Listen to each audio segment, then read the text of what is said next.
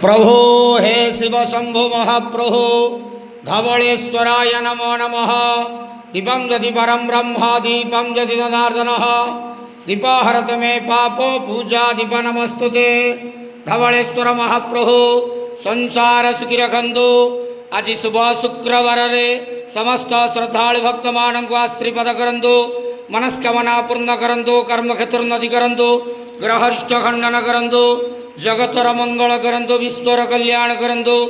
आपणकर नाम प्रकाश करंतु। सेवकर डाक श्रवण करंतु।